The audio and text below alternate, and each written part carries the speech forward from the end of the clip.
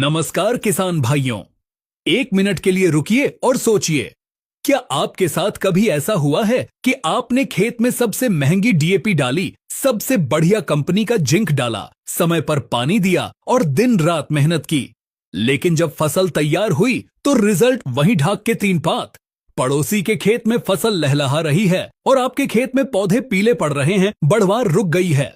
आप दुकानदार के पास भागते हैं, वो आपको टॉनिक देता है, फंगीसाइड देता है, आप वो भी डालते हैं, पैसा पानी की तरह बहाते हैं, लेकिन रिजल्ट जीरो रहता है। आखिर गलती कहाँ हो रही है? क्या खाद खराब है? क्या बीज नकली था? या आपकी मेहनत में कोई कमी रह गई? किसान भाइयों, आज मैं आपको एक कड़वा सच बताने जा रहा हूँ। गलती न खाद में है, न बीज में है। गलती आपकी मिट्टी के अंदर छिपे एक ऐसे दुश्मन में है जो दिखाई नहीं देता, लेकिन वो आपकी पूरी खेती को धीरे धीरे खा रहा है। आपकी मिट्टी ने आपकी खाद को एक तिजोरी में बंद कर दिया है और उस तिजोरी की चाबी खो गई है। जी हां, आपने सही सुना। आप जो यूरिया, डीएपी या जिंक डाल रहे हैं, वो पौधे को मिल ही नहीं रहा है, वो मिट्टी में जाकर पत्थर बन रहा है। इस गायब हुई चाबी का नाम है पीएच, यानी पोटेंशियल ऑफ हाइड्रोजन। आज के इस टेक्निकल वीडियो में हम किसी हवाई बात पर चर्चा नहीं करेंगे। आज हम मिट्टी की केमिस्ट्री का ऑपरेशन करेंगे। आज मैं आपको घर बैठे मात्र 10 रुपये के खर्च में यह पता लगाना सिखाऊंगा कि आपकी मिट्टी का पीएच क्या है। हम यह जानेंगे कि अगर पीएच बिगड़ा है तो कौन सी खाद मिट्टी में जाकर जहर बन रही है, अगर मिट्टी खट्टी है तो क्या डालना है, और अगर मिट्टी खारी है तो उसका सस्ता इलाज क्या है। यह वीडियो थोड़ा लंबा जरूर है, लेकिन यह आपके खेती के अगले 30 साल बदल सकता है। तो डायरी और पेन लेकर बैठिए और चलिए शुरू करते हैं असली विज्ञान। सबसे पहले हमें यह समझना होगा कि आखिर यह पीएच नाम की बला क्या है। विज्ञान की भाषा में इसे पोटेंशियल ऑफ हाइड्रोजन कहते हैं, लेकिन एक किसान की भाषा में इसका मतलब है मिट्टी का हाजमा। इसे ऐसे समझिए, अगर आपके खुद के पेट में बहुत ज्यादा एसिडिटी हो जाए या पेट खराब हो तो आप चाहे बादाम खाएं, काजू खाएं या देसी घी खाएं, क्या वो आपके शरीर को लगेगा? बिल्कुल नहीं लगेगा, वो सब बेकार हो जाएगा। ठीक यही हाल हमारी मिट्टी का है। मिट्टी का भी एक हाजमा होता है। अगर मिट्टी का पीएच मान सही नहीं है तो आप उसमें सोने की भस्म भी डाल देंगे तो भी पौधा उसे खा नहीं पाएगा। इस पीएच को नापने का एक पैमाना होता है, एक स्केल होता है जो 0 से लेकर 14 तक चलता है। इसमें जो 7 नंबर होता है वो बिल्कुल बीच का होता है, जिसे हम न्यूट्रल या उदासीन कहते हैं, जैसे हमारा पीने का पानी जिसका पीएच 7 होता है। खेती के लिए, हमारी फसलों के लिए जो सबसे उत्तम, सबसे शानदार रेंज होती है वो है 6.5 से लेकर 7.5 के बीच। अगर आपकी मिट्टी का पीएच इस रेंज में है तो मुबारक हो, आप बहुत किस्मत वाले हैं। आप जो भी खाद डालेंगे पौधा उसे 100% ग्रहण करेगा, लेकिन समस्या तब शुरू होती है जब यह सुई हिलती है। अगर पीएच 7 से नीचे यानी 6, 5 या 4 की तरफ जाता है तो इसे हम कहते हैं एसिडिक मिट्टी या आम भाषा में खट्टी मिट्टी। और अगर यह सुई 7 से ऊपर यानी 8, 9 या 10 की तरफ जाती है तो इसे हम कहते हैं एल्केलाइन मिट्टी यानी खारी या ऊसर मिट्टी। और किसान भाइयों, यहीं पर खेल बिगड़ता है। जैसे ही पीएच गड़बड़ होता है, मिट्टी के अंदर एक रासायनिक युद्ध शुरू हो जाता है जिसे हम न्यूट्रल करना आज सीखेंगे। बाजार में आपने देखा होगा कि मिट्टी चेक करने वाले डिजिटल मीटर आते हैं जो 200 या 300 रुपए में मिलते हैं और जिनमें एक सुई लगी होती है। मैं आपको साफ बता दूं, वो सब खिलौने हैं, उनसे कभी भी सटीक जानकारी नहीं मिलती। वो नमी को नापकर पीएच बता देते हैं, जो कि गलत है। आज मैं आपको जो तरीका बताने वाला हूं वो विज्ञान की प्रयोगशाला में इस्तेमाल होने वाला सबसे भरोसेमंद तरीका है, जिसे लिटमस पेपर टेस्ट कहते हैं। यह पेपर आपको किसी भी स्कूल प्रोजेक्ट की दुकान पर, मेडिकल स्टोर पर या ऑनलाइन बहुत ही सस्ते में मिल जाएगा। तो चलिए अब हम प्रैक्टिकल शुरू करते हैं। इस टेस्ट को करने के लिए हमें सबसे पहले मिट्टी का सही सैंपल लेना सीखना होगा। 90% किसान यही गलती करते हैं। वो खेत के किसी भी कोने से मुट्ठी भर मिट्टी उठा लेते हैं। यह गलत है। अगर सैंपल गलत होगा तो रिपोर्ट भी गलत आएगी।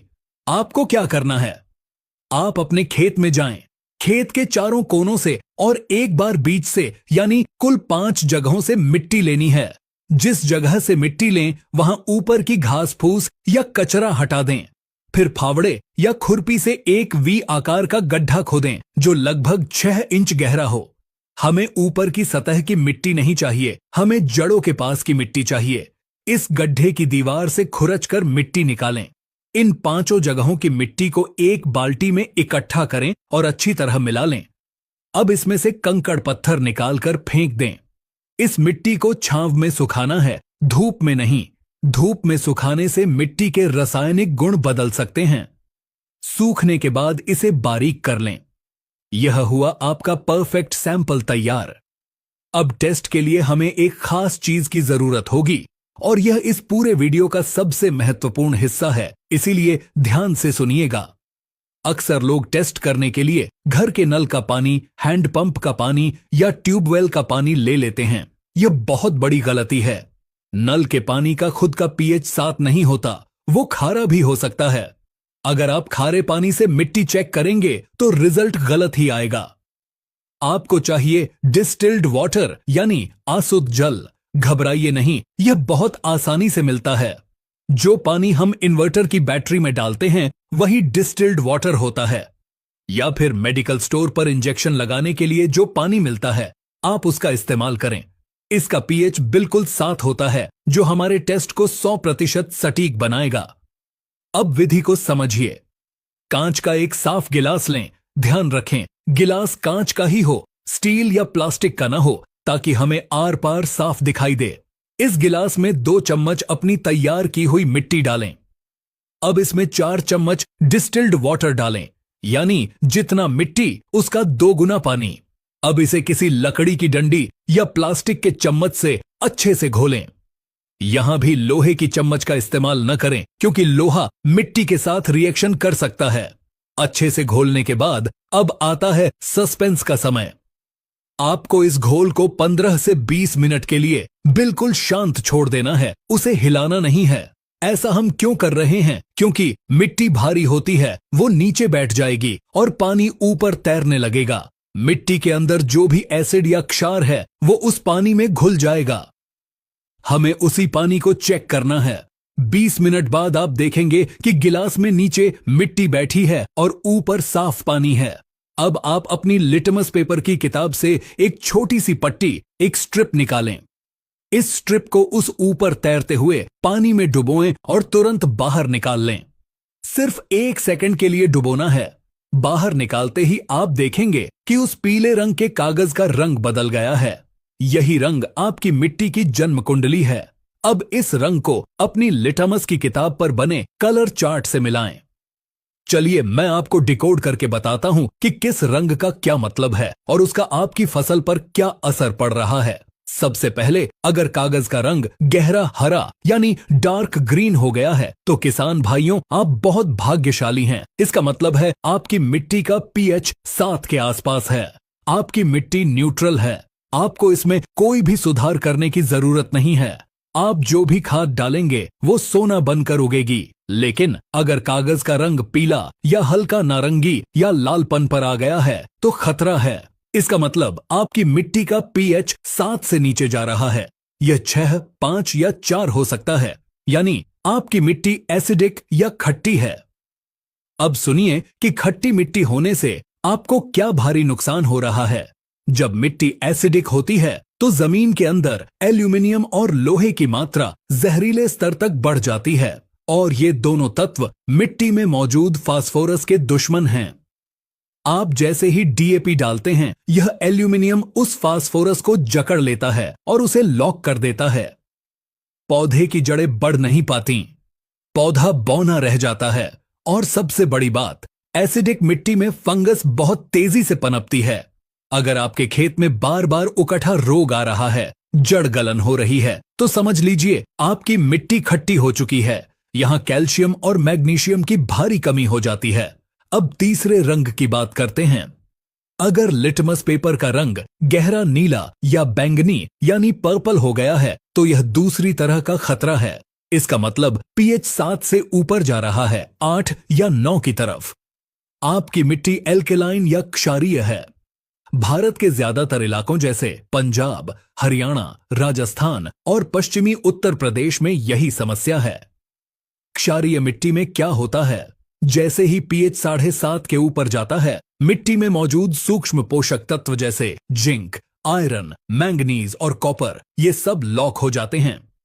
आप दुकान से थैला भर भर कर जिंक सल्फेट लाते हैं और खेत में डालते हैं, लेकिन मिट्टी में जाते ही वो जिंक हाइड्रोक्साइड बनकर पत्थर जैसा जम जाता है। पौधा उसे पी नहीं पाता। नतीजा क्या होता है, आप देखते होंगे कि नई पत्तियां पीली पड़ रही हैं, पत्तियों की नसों के बीच में पीलापन है, पौधे में जान नहीं है। आप यूरिया डालते हैं, वो भी उड़ जाता है, मिट्टी सख्त हो जाती है, हल चलाने में दिक्कत आती है। तो अब आपने बीमारी को पहचानना सीख लिया। रंग देखकर आप समझ गए कि मिट्टी खट्टी है या खारी। अब बात करते हैं इलाज की। इलाज ऐसा जो सस्ता हो और वैज्ञानिक हो। सबसे पहले बात करते हैं, अगर मिट्टी खट्टी है यानी पीएच कम है तो उसे कैसे सुधारें। इसका सबसे सस्ता और रामबाण इलाज है बुझा हुआ चूना या फिर बाजार में मिलने वाला डोलोमाइट। चूने में कैल्शियम होता है जो मिट्टी की खटास को काटता है। अगर आपकी मिट्टी का पीएच बहुत कम है तो आप खेत की जुताई के समय लगभग 2 से 3 क्विंटल बुझा हुआ चूना प्रति एकड़ के हिसाब से मिट्टी में मिला दें। लेकिन एक सावधानी जरूर रखें, चूना डालने के तुरंत बाद यूरिया या डीएपी न डालें। कम से कम 15 से 20 दिन का अंतर रखें। दूसरा तरीका है लकड़ी की राख। अगर आपको कहीं से लकड़ी की राख मिल जाए तो वो भी एसिडिक मिट्टी के लिए अमृत का काम करती है, क्योंकि उसमें पोटाश और कैल्शियम दोनों होते हैं। एसिडिक मिट्टी वाले किसान भाइयों को डीएपी की जगह रॉक फॉस्फेट खाद का इस्तेमाल करना चाहिए। वो इस मिट्टी में डीएपी से 10 गुना बेहतर काम करता है। अब बात करते हैं उनकी जिनकी मिट्टी खारी है यानी पीएच ज्यादा है। यह समस्या बहुत गंभीर है। इसका सबसे पक्का इलाज है जिप्सम। जी हां, जिप्सम जिसे कैल्शियम सल्फेट कहते हैं। यह मिट्टी के कणों को खोलता है, मिट्टी को भुरभुरा बनाता है और जो सोडियम मिट्टी में जमा हो गया है उसे बहाकर नीचे ले जाता है। इसके अलावा एक और देसी और बहुत सस्ता तरीका है हरी खाद या ढैंचा। आप खेत में ढैंचा बोएं और जब वो 1.5-2 महीने का हो जाए तो उसे रोटावेटर से उसी खेत में दबा दें। जब ढैंचा मिट्टी में सड़ेगा तो उससे कुछ ऐसे प्राकृतिक एसिड निकलेंगे जो आपकी मिट्टी के पीएच को नीचे ले आएंगे और मिट्टी मक्खन जैसी हो जाएगी। क्षारीय मिट्टी वाले किसानों को यूरिया का प्रयोग कम करना चाहिए और उसकी जगह अमोनियम सल्फेट खाद का प्रयोग करना चाहिए, क्योंकि इसमें सल्फर होता है जो पीएच को कम करता है। साथ ही डीएपी की जगह एसएसपी यानी सिंगल सुपर फास्फेट का इस्तेमाल करें, वो आपके लिए ज्यादा फायदेमंद है। तो किसान भाइयों, खेती में सिर्फ पसीना बहाने से काम नहीं चलेगा, थोड़ा दिमाग भी लगाना पड़ेगा। अंदाजे से खाद डालना बंद कीजिए और आंकड़ों से खेती कीजिए। 1,500 रुपए की डीएपी की बोरी खरीदने से पहले 10 रुपए का यह लिटमस पेपर टेस्ट जरूर कर लें। यह छोटी सी समझ आपकी लाखों की बचत कराएगी और उत्पादन को 2 गुना कर देगी। मुझे उम्मीद है कि आज की यह जानकारी आपको पसंद आई होगी। अगर आप चाहते हैं कि मैं जिप्सम और चूने के प्रयोग पर या खाद के सही चुनाव पर और भी डिटेल में वीडियो बनाऊं तो कमेंट में हमें जरूर बताएं। इस जानकारी को अपने तक सीमित न रखें, इसे हर उस किसान तक पहुंचाएं जो खेती में संघर्ष कर रहा है। आज के लिए बस इतना ही। मिलते हैं अगले वीडियो में एक और बेहतरीन जानकारी के साथ।